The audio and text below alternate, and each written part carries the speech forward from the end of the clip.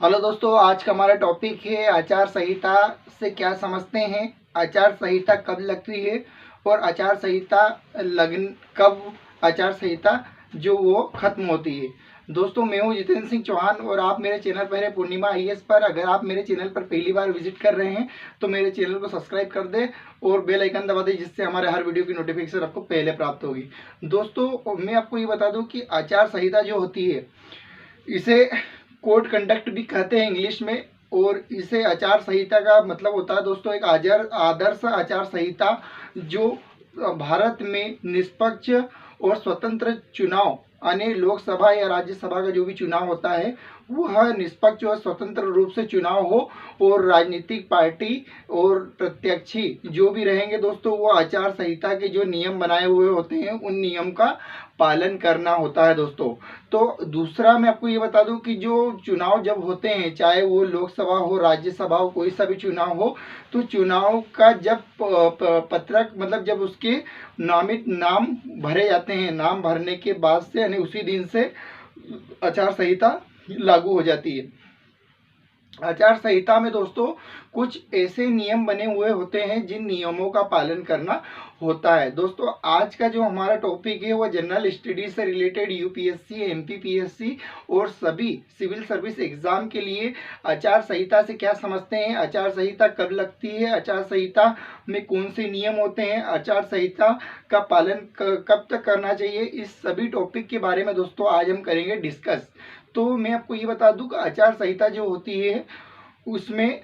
कुछ नियम बने हुए होते हैं जिन नियमों का पालन करना प्रतिपक्ष नेता, उम्मीदवार और इन सभी को इसका नियम का पालन करना होता है। दूसरी बात दोस्तों, आचार संहिता में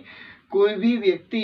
किसी प्रकार की कोई हिंसा या प्रचार या जातिवाद को लेकर किसी भी प्रकार का वह प्रचार प्रसार नहीं कर सकता है या वोट नहीं मांग सकता है। दूसरी बात, सरकारी जो भी सुविधाएं होती है, चाहे वो गाड़ी हो, बंगला हो या जो भी व्यवस्थाएं सरकार की तरफ से मुहैया कराई जाती है एक नेता को या फिर एक उम्मीदवार को, दोस्तों उन सभी चीज़ों को आचार संहिता में इस्तेमाल नहीं कर सकता है। इसके साथ में दोस्तों आचार संहिता में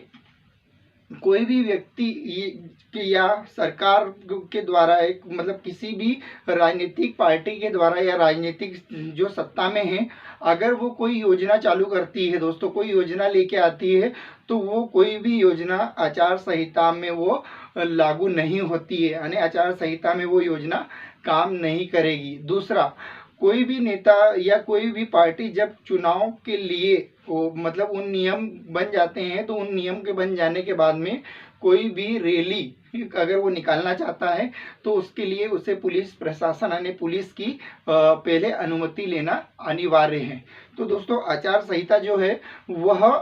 1968 से के बाद से जो भी चुनाव हुए हैं उन चुनावों में आचार संहिता को लागू किया गया। दोस्तों, आचार संहिता की जब तक वोटिंग की गिनती नहीं हो जाती है तब तक आचार संहिता लागू होती है। जैसे ही आचार संहिता चुनाव की गिनती हो जाने के बाद में रिजल्ट जब आ जाता है उसके बाद में आचार संहिता को जो है समाप्त हो जाती है यानी समाप्त कर दिया जाता है। दूसरा, आचार संहिता जो है यह हर हर हर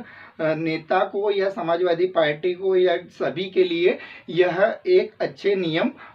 है जो कोड कंडक्ट जिसे कहा जाता है। कोड कंडक्ट यानी एक आचार संहिता को कहा जाता है दोस्तों आदर्श आचार संहिता वो होती है जिसके सभी नियम का पालन बखूबी अच्छे तरीके से करे। तो दोस्तों हमारा जो आज का जो टॉपिक था जो आदर्श आचार संहिता से रिलेटेड ये कुछ पॉइंट है दोस्तों जो मैंने आपको बताए हैं आचार संहिता से रिलेटेड। तो दोस्तों आज का मेरा वीडियो अगर आपको अच्छा लगा हो तो चैनल को सब्सक्राइब कर दे और वीडियो को लाइक कर दे।